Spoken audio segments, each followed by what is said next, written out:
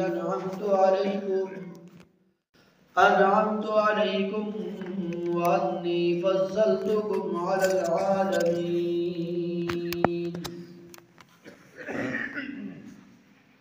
آیت نمبر 122 سورہ بقرہ. 14 نمبر رکوع. سابقہ درس کے اندر یہود و نصارہ اہل کتاب کی خصلتوں کا، بری عادتوں کا ذکر تھا، اور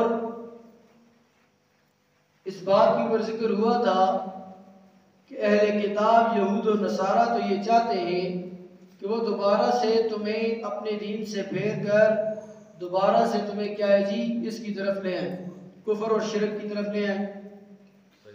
اب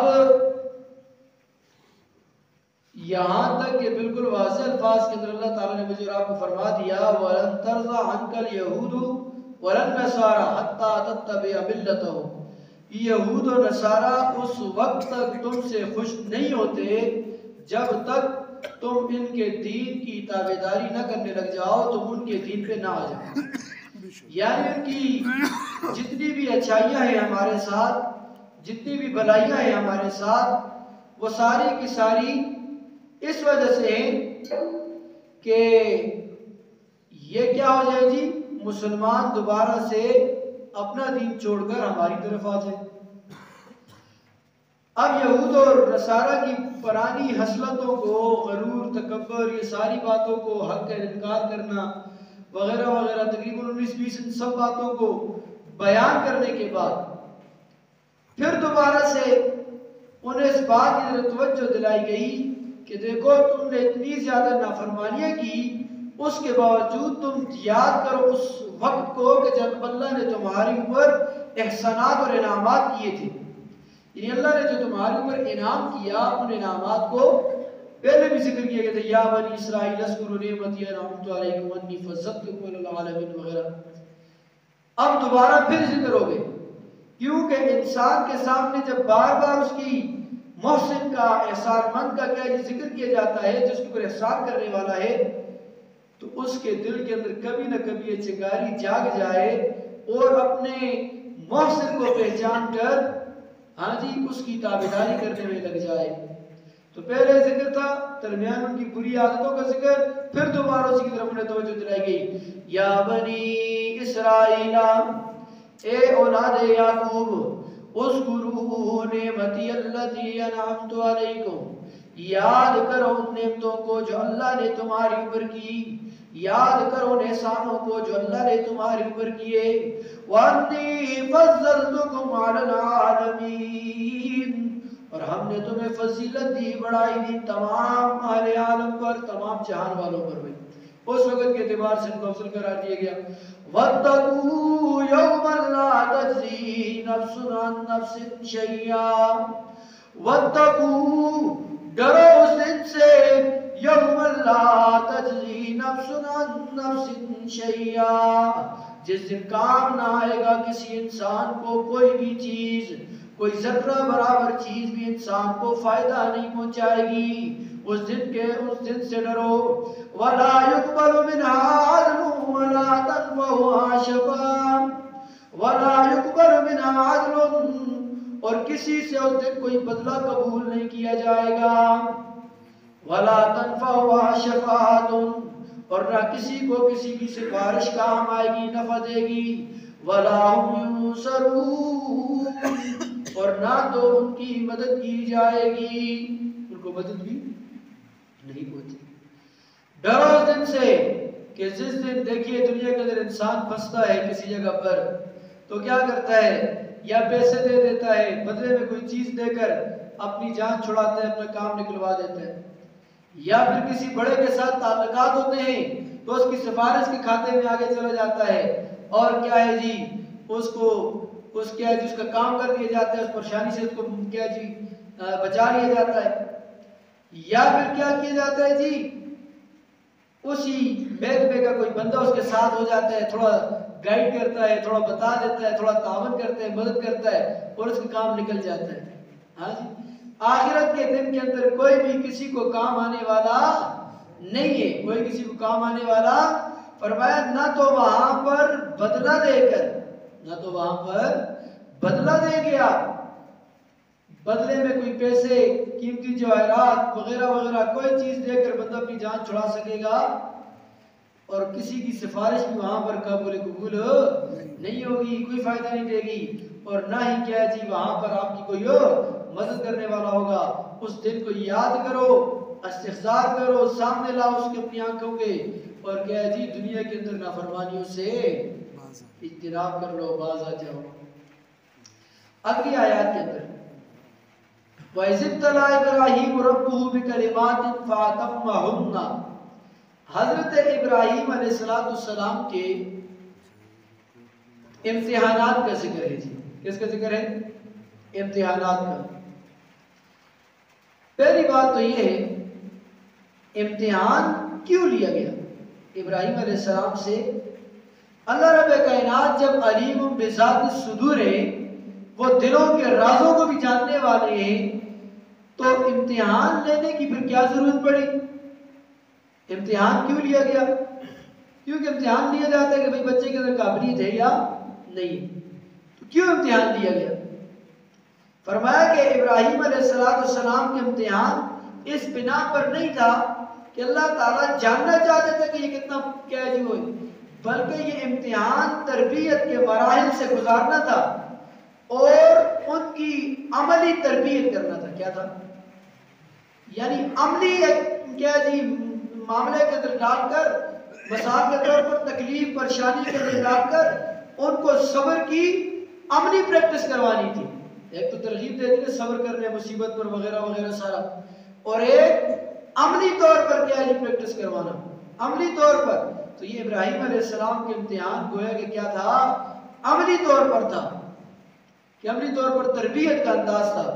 ٹھیک ہے جی۔ اب دیکھیے پھر یہاں پر ہم دیکھیں گے کہ امتحان، یہ بات تو آپ کے سامنے آ گئی کہ امتحان کیوں لیا گیا؟ اس وجہ سے لیا گیا کہ عملی تربیت کیجیے۔ کس کے لیے جی؟ اور بعض اوقات امتحان اس لیے بھی لیا جاتے ہیں نا کہ ہمیں پتہ ہوتا ہے یہ بندہ اتنا قابل ہے، بچہ اتنا قابل، پھر بھی کسی کے سامنے دو چار سوالات اس سے کرتے ہیں تاکہ دوسرے پر بھی اس کی قابلیت آشکارا ہو جائے، دوسرے پر بھی اس کی قابلیت واضح ہو جائے، بھئی دیکھو بچہ بڑا لائق ہے۔ بات سمجھا کہ نہیں آئی؟ اور دوسری بات یہ کہ امتحان کس اعتبار سے لیا گیا، کس طرح کا امتحان لیا گیا۔ تیسرا سوال یہ ہوگا کہ امتحان کی نوعیت کیسی تھی، کیسے طریقے سے لیا گیا، اور پھر امتحان کے بدلے میں ظاہری بات ہے جب بچہ پاس ہو جاتا ہے تو پھر اس کو میڈل دیا جاتا ہے، ٹرافی دی جاتی ہے، ہاں جی کوئی انعام دیا جاتا ہے، کتاب وغیرہ دی جاتی ہے۔ تو انعام کیا دیا گیا؟ کیا دیا گیا؟ انعام کیا دیا گیا؟ تو ان باتوں کو ہم پڑھیں گے یہاں پر۔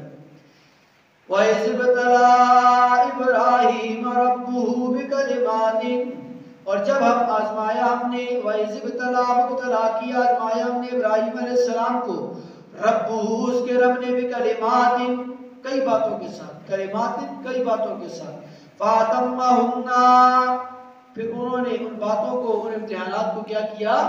پورا کیا۔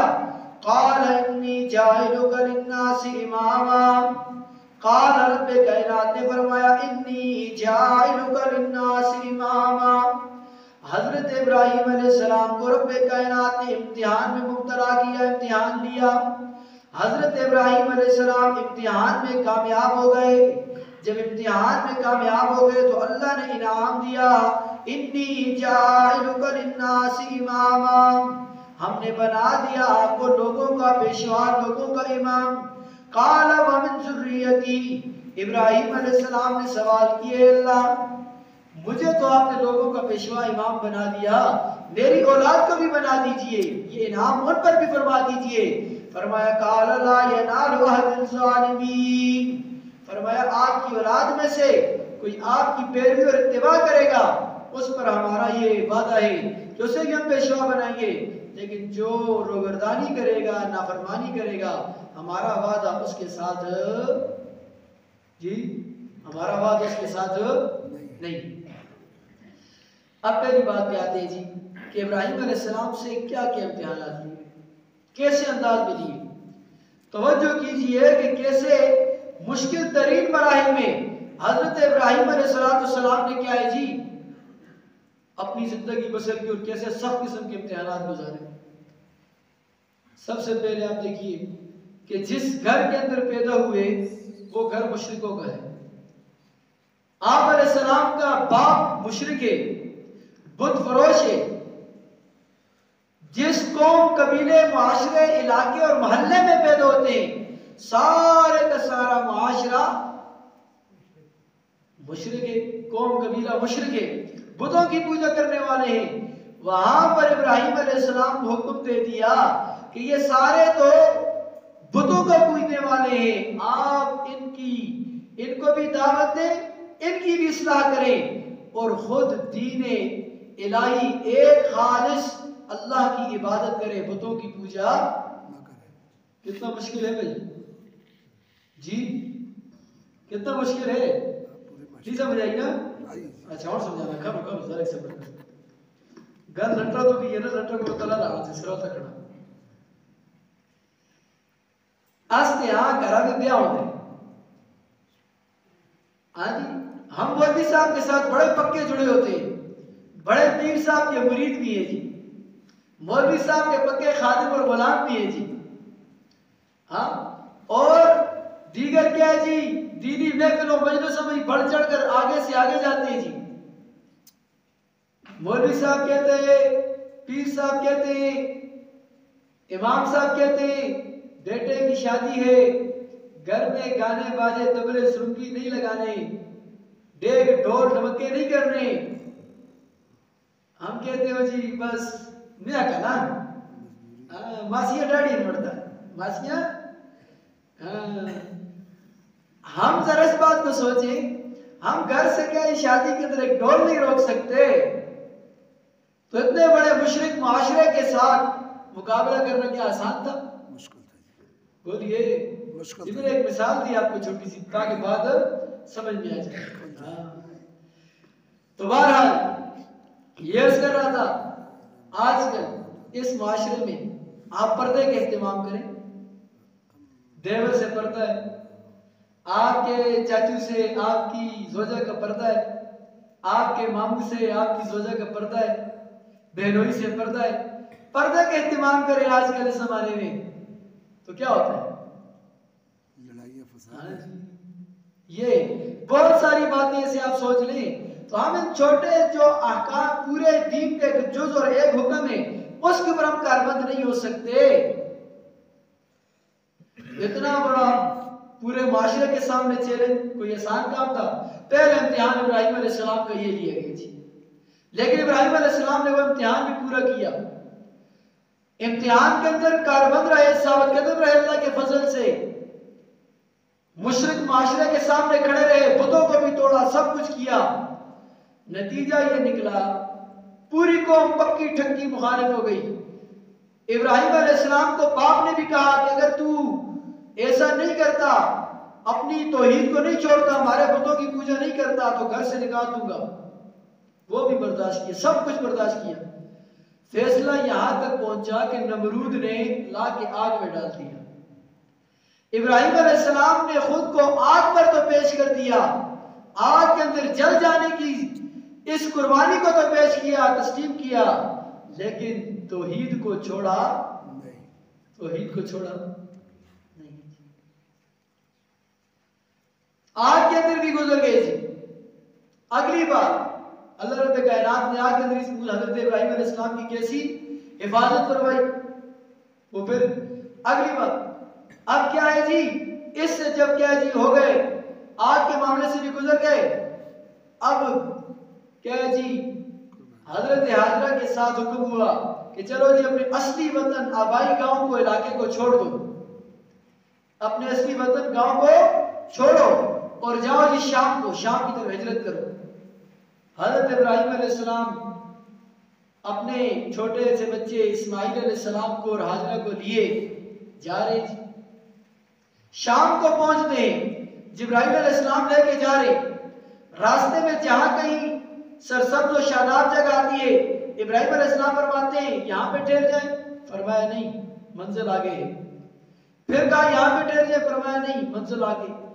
کرتے کرتے ایک ایسے ہندے پر, ایک ایسی زمین پر پہنچ جاتے ہیں جہاں پر پتھر ہی پتھر ہے, کوئی سبزہ, کوئی گھاس, کانٹے دار جھاڑی اور ببول کے درخت, کوئی کیا جی سبزہ گھاس اور کھانے پینے کی ویرانہ ہے, کوئی چیز نہیں ہے.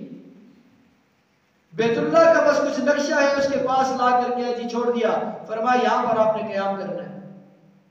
ایک چھوٹا سا چمرہ حضرت حاجرہ اور بچے کے لیے بنایا, لیکن خود ابراہیم علیہ السلام کو یہاں بھی ٹھہرنے کی اجازت نہیں تھی.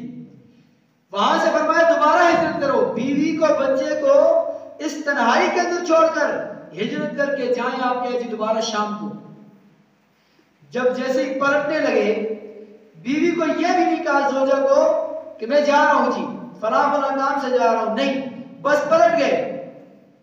حاجرہ نے آواز کی ابراہیم علیہ السلام پر, اس تنہائی اور ویرانے کے اندر چھوڑ کر ہمیں کہاں جا رہے ہیں؟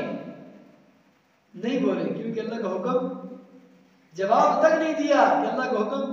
بھائی دل کو آج سے چلے واسطے چلتے رہے نہیں, آج ہی سروجہ سے چلتے ہیں تو گھروں نکل گئے, ہاں 10 جاڑے سے کراچی کو چلتے ہیں تھے, 1.5 باتھ جاڑ دے دستے, ایسا ہی ہے نا. اس تنہائی کے اندر ویرانے کے اندر چھوڑ کر جانا, بھائی ذرا تصور کرے اپنی ذات کے اوپر انسان. بہرحال پھر دوسری مرتبہ آواز کی, تیسری مرتبہ جب آواز کی, بیوی بھی تو اور خلیل اللہ کی بیوی تھی, فرمایا کہ اللہ کا حکم ہے, بس اتنا اشارے, فرمایا جی بس. حاجرہ کا ایمان دیکھیے, فرمایا اگر اللہ کا حکم ہے تو اللہ ہمیں ضائع نہیں کرے گا, چلے گئے جی. پلٹ کر بھی نہیں دیکھا اپنی بیوی کو, بچوں کو جی.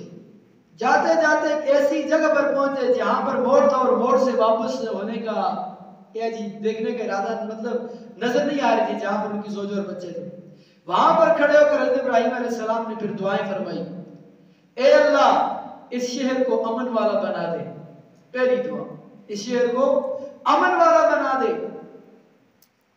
اس کے باشندوں کو اپنے جناب سے رزق عطا فرما دے. یہ آگے پڑھیں گے, آگے دعائیں آ جائیں گی انشاءاللہ.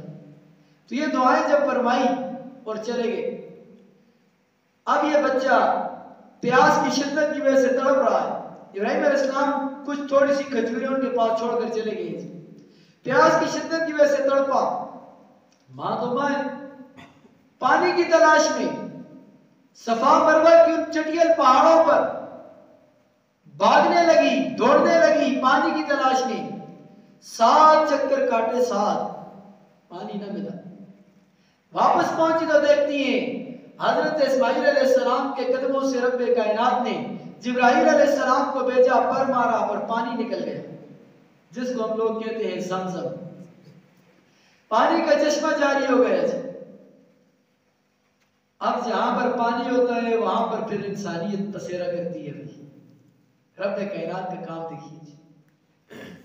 پانی ہوا, جانور آئے, جانوروں کے پیچھے انسان آئے, تو پورے کے پورے شہر سج گئے جی. امن والا کیسے بنا دیا؟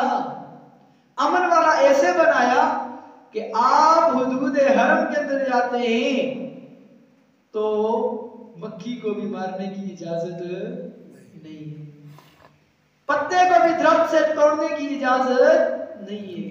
کتنا امن والا بن گیا. حضرت ابراہیم علیہ السلام کی زوجہ محترمہ حضرت حاجرہ کی یہ ادا رب کائنات کتنی پسند آئی. فرمایا کہ اب جو بھی حاجی جائے گا صفا مروہ پر حضرت حاجرہ کی سنت کو زندہ کرتے ہوئے 7 چکر ضرور لگائے گا. امتحانات پر امتحانات. شام کی سرزمین پر ابراہیم علیہ السلام دعوت دے رہے ہیں. اب بچہ بغیر والد کی بڑا ہوا, پرورش پائی, پھر ہوا حکم اب جائیں جی دوبارہ حضرت حاجرہ کیا ہے جتنا اسماعیل علیہ السلام سے آئے تو دیکھا بچہ کیا ہے جی تھوڑا اس قابل ہے کہ باپ کے ساتھ تھوڑے کام وغیرہ کر سکتا ہے. قرآن مجید نے الفاظ نقل کیے, پھر آگے آ جائیں گے. اب معاملہ یہ ہوا کہ رب کائنات نے حکم دے دیا کہ اب اسی بیٹے کو ذبح کر دو. آئے اور فرمایا ابراہیم علیہ السلام سے, انی ارا فی المنام, اسماعیل علیہ السلام سے میں نے یہ خواب دیکھا, انی اذبحک, کہ میں تجھے ذبح کر رہا ہوں. آپ کی کیا رائے ہے؟ بیٹا بھی تو ابراہیم کو کیا ہے، ایک بار انہوں نے کہا نا یہ مکتب کی کرامت، یہ ایک فیضان نظر تھا یا کہ تھی مکتب کی کرامت، سکھائے کس نے اسماعیل کو آداب فرزندی۔ اسماعیل علیہ السلام نے بھی آگے سے سر بتسلیم کہا یا ابتی افعل ما تؤمر یا ابتی ستجدونی انشاءاللہ من الصابرین، اے ابا جان آپ کر گزریے جس کا آپ کو حکم دیا گیا ہے، آپ مجھے صبر کرنے والوں میں سے پائیں گے۔ اور یہ بھی آپ کو بتاتا چلوں کہ ابراہیم علیہ السلام کو یہ بیٹا اسماعیل علیہ السلام آخری عمر میں دیا گیا تھا۔ بڑھاپے کی اولاد ویسے بھی زیادہ لاڈلی اور کیا جی مبارک اور پیاری ہوتی ہے جی، گویا ایک بچہ وہ بھی لاڈلا آخری عمر کا، اور اسے بھی حکم دے دیا ذبح کر لو۔ تھا امتحان بڑا کہ نہیں تھا جی۔ اب ابراہیم علیہ السلام نے اسماعیل علیہ السلام کو لیا اور کیا جی مینا کے جنگلوں میں گئے اور وہاں پر ذبح فرما لی تھی، لیکن اللہ کو تو کچھ اور منظور تھا۔ ہاں چھری جلی نہیں کیوں، گردن کٹی نہیں کیوں، چھری جلی نہیں کیوں، گردن کٹی نہیں کیوں، کس کا حکم چلا ہے اللہ بہت بڑا ہے۔ ہاں جی اب وہاں پر کیا ہے، چھری کے نیچے سے رب کائنات نے اسماعیل علیہ السلام کو بچا دیا، اس جبرائیل کو حکم دیا جاؤ جی بیٹا لا کے ابراہیم علیہ السلام کے پاؤں کے نیچے رکھا اور وہ ذبح ہو گیا۔ اس قربانی سے بھی رب کائنات نے فرمایا آپ نے قربانی کو امتحان کو پورا کر دیا۔ اب اس کے بعد کیا ہے جی ابراہیم علیہ السلام امتحان ہے کہ نہیں ہے جی، پھر حضرت ابراہیم علیہ السلام نے بیت اللہ کی تعمیر کا سلسلہ شروع ہوا۔ تو بہرحال یہ وہ امتحانات تھے کہ جن سے حضرت اس کے علاوہ اور فطرت کی ایسی چیزیں حدیث مبارکہ کے اندر آتی ہیں 30 احکام اسلام، کتنے 30 احکام اسلام، ان کے اوپر بھی عمل کرنا تھا۔ بعض جگہ پہ 10 لکھا ہے، لیکن میں میں نے آپ کو پہلے ہی بتایا تھا کہ یہ 30 احکام اسلام جو یہاں پہ آگے ذکر ہیں سورہ برات کے اندر ہیں اور کچھ آگے ہیں سورہ احزاب کے اندر غالباً، تو ان کا حکم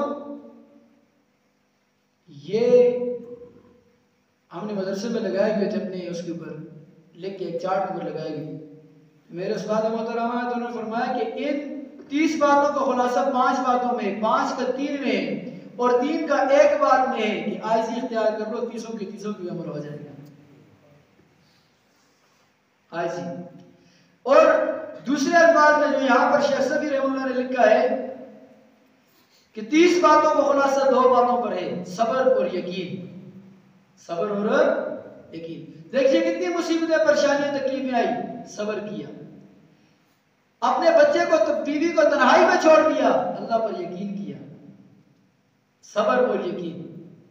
تو بہرحال اب امتحانات تو ہو گئے، امتحانات میں ابراہیم علیہ السلام کی کیا جی کامیابی بھی ہو گئی، رزلٹ کیا ملا، انعام کیا ملا؟ رب کائنات نے فرمایا قال انی جاعلک للناس اماما، ابراہیم تو نے امتحانات کو پورا کر دیا جہاں ہم نے تجھے لوگوں کو پیشوا بنا دیا، لوگوں کا امام بنا دیا۔ بعد کے انبیاء سارے تقریباً حضرت ابراہیم علیہ السلام کی اولاد میں سے ہیں۔ فرمایا یا اللہ مجھے تو آپ نے پیشوا امام بنا دیا، قال ومن ذریتی، میری اولاد پر بھی یہ انعام فرمائیے۔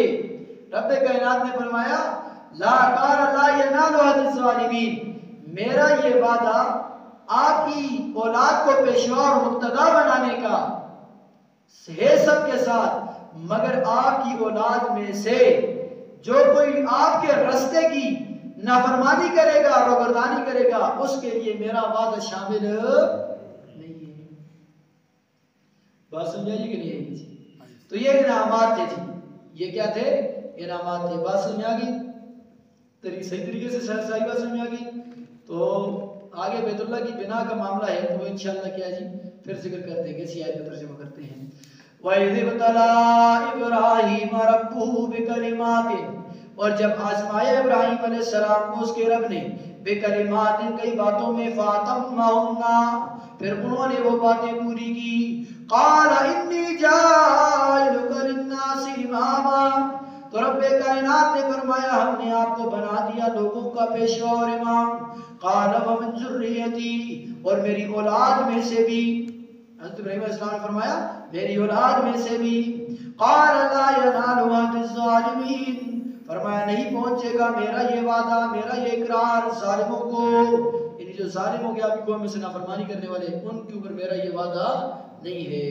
وآخر دعوانا ان الحمدللہ رب العالمین۔ اللہ تعالی ہم سب کو قرآن مجید کو صحیح طریقے پر پڑھنے کی، سمجھنے کی اور اس پر عمل کرنے کی توفیق عطا فرمائے، اپنی زندگیاں قرآن مجید اور نبی کریم صلی اللہ علیہ وسلم کی سنتوں کے مطابق گزارنے کی توفیق عطا فرمائے، اور اللہ تعالی ہمیں بھی ایسے رستے پر چلنے کی توفیق عطا فرمائے جو رستہ مجھے اور آپ کو اللہ سے ملا دے، اللہ کے پاک پیارے محبوب کبریا صلی اللہ علیہ وسلم سے ملا دے۔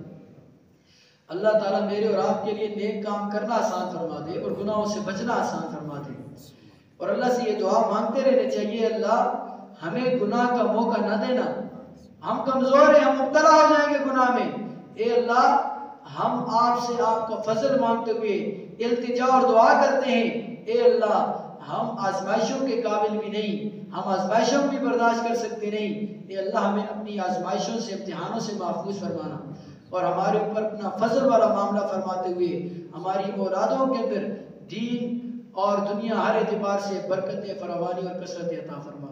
وآخر دعوانا الحمدللہ رب العالمین۔ سبحان ربک رب العزۃ عما یصفون وسلام علی المرسلین والحمد للہ رب العالمین۔